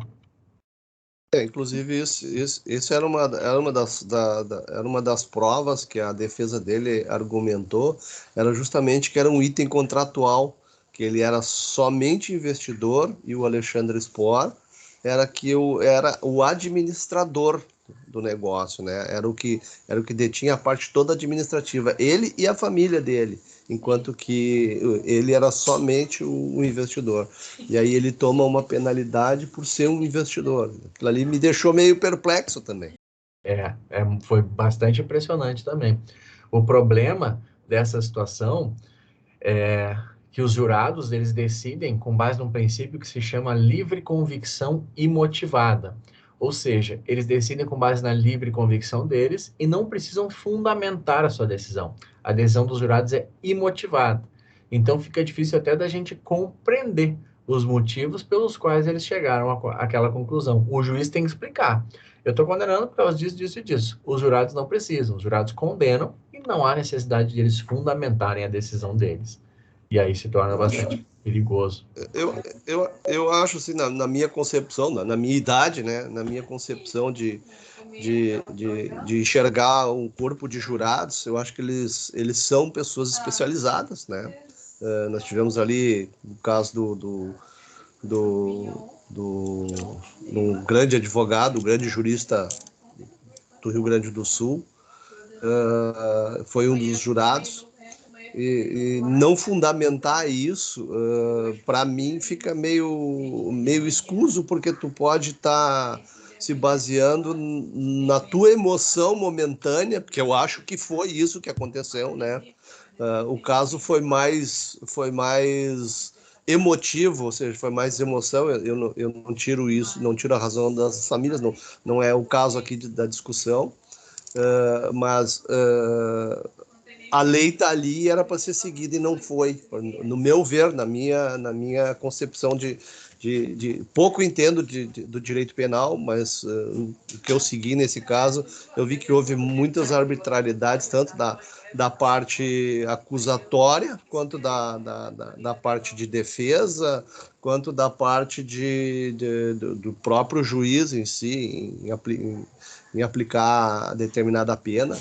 E eu sei que abriu muitos precedentes jurídicos a esse respeito, né, para as próximas, nos próximos casos que venham a ser similares ou que sejam homônimos. Esse certamente vai ser um júri que já fez história, e o que aconteceu nele também vai marcar a jurisprudência. Uma coisa que o Ronaldo mencionou interessante, eu já fui jurado, logo que antes de me formar, sempre gostei de direito penal, eu me inscrevi para ser jurado. E a responsabilidade de ser jurado era algo além do que eu imaginava. Quando eu sentei lá e vi que na minha mão tinha a possibilidade de botar um cara 20 anos atrás das grades, eu senti o peso. Senti muito. Não foi algo fácil. Achei que ia tirar de letra, achei que ia ser barbada, não foi algo fácil, foi bem difícil. E em muitos momentos, das estratégias das partes ali, eu estou lembrando agora da acusação, foi de colocar esse peso nos ombros dos jurados. O promotor dizia, vocês não querem ser lembrados como os jurados que absolveram, no caso Kiss, vocês não querem ser lembrados como quem fez essa injustiça. Então, o cara, quando está sentado ali, não é fácil, é bem difícil. É difícil. E mesmo, rapidinho, professor, para nós encerrar esse assunto aí, meio que incomodando a aula, mas essa decisão desses jurados, que muitos deles ali têm escritórios de advocacia, que a gente sabe, né? Isso deu um up no negócio também deles, né? Assim como poderia ter dado um down no negócio deles, ou seja, o negócio, por ele absolver determinada pessoa, o escritório dele poderia perder N clientes, está envolvido aí também o mercado em si, né? O comércio em si. De fato, repercute, né? Para o bem ou para o mal, repercute. Mas eles se mantêm presos ainda, né? Eles estão presos, né? Estão presos, Marli. Eles estão presos. No júri, o juiz tinha determinado a prisão, mas aí eles acabaram não sendo presos por força de um habeas preventivo que tinha sido impetrado no tribunal. E em seguida o Ministério Público rebateu esse habeas com um requerimento de suspensão de liminar no STF, e aí eles acabaram sendo presos por decisão da STF. Então eles estão atualmente presos. Galerinha, para a gente fechar, agora que eu vi, tem a pergunta ali, vadiagem mendicante está ligado mais ao crime de fato. É muito relacionado ao direito penal do fato, porque o cara evadiu, o cara é mendigo, mas, coitado, não pode nem exercer esse traço de personalidade. Então, essas contravenções penais estão, de fato, bem vinculadas ao direito penal do autor e não ao direito penal do fato. Sobre a seletividade, galera, do sistema penal, encerrando nosso último ponto aqui da aula de hoje, seletividade do sistema penal significa dizer que é muito mais fácil para o direito penal punir determinadas condutas e determinadas pessoas do que outras. O direito penal não vai punir todo mundo de forma uniforme. O direito penal vai ter muito mais interesse, muito mais facilidade em prender quem tem menos possibilidade de resistência. Um exemplo de seletividade do sistema penal, eu acho que foi no Rio de Janeiro, houve a determinação da expedição de mandados de busca e apreensão em determinada favela, de forma indiscriminada. O juiz disse, polícia, vocês podem entrar em todas as residências daquela favela. Será que ocorreria uma determinação dessa forma em um bairro em que residem desembargadores, magistrados, juízes, delegados? Seria completamente diferente. O sistema ele pega os mais fracos. A criminologia crítica, quem tem interesse por criminologia, ela costuma dizer que existem clientes preferenciais do direito penal. Então, o direito penal vai punir normalmente, não quem comete mais crime, mas normalmente quem é mais vulnerável. Por exemplo, a gente tem lá, o crime que mais encarcera é o tráfico. Se a gente pegar, então, o percentual de pessoas presas por tráfico, deve estar em torno de 70%. a corrupção, não só a corrupção, mas os crimes econômicos no geral, representam menos de, não sei se menos, mas aproximadamente 0,1% das pessoas presas. Essa proporção está correta? Será que tem tão pouco crime econômico assim? Peculato, corrupção, desvio de dinheiro? Claro que não. Significa que essas pessoas resistem à seletividade do sistema. O sistema, ele prende normalmente quem tem mais dificuldade, quem tem mais vulnerabilidade. Um último exemplo para a gente encerrar. Existe uma atenuante que reduz a pena quando o sujeito ele tem menos de 21 anos na data do fato, ou quando ele tem mais de 60 na data da sentença. Acho que é 60, deixa eu ver aqui. 70, desculpem. Menos de 21 anos na data do fato, ou mais de 70 na data da sentença. Se essas características se implementarem, o sujeito pode ter a pena reduzida. Tem um projeto de lei que visa, agora faz tempo que eu não acompanho, mas ele tramitou durante um tempo, ele visava afastar do ordenamento jurídico a retirar a atenuante da minoridade relativa. Ou seja, a pessoa que tinha menos de 21 anos, na data do fato, não teria mais essa atenuante de pena. Mas ele mantinha a atenuante dos 70 anos. Por quê? A seletividade não está somente na aplicação e na criação das leis. Ou melhor, não está somente na aplicação na lei, mas também na criação e modificação do ordenamento. Porque os legisladores, em regra, ou vários deles, possuem 70 anos ou estão mais próximos dos 70 do que dos 21. De modo que eles não iriam dar um tiro no pé caso tivessem algum problema. Então, essa também é uma forma de expressão da seletividade. O ordenamento jurídico, ele se modifica, mas é mais difícil que ele se modifique para a punição dos poderosos do que para a punição dos vulneráveis. Gente, meus queridos, alguém tem alguma dúvida, alguma pergunta?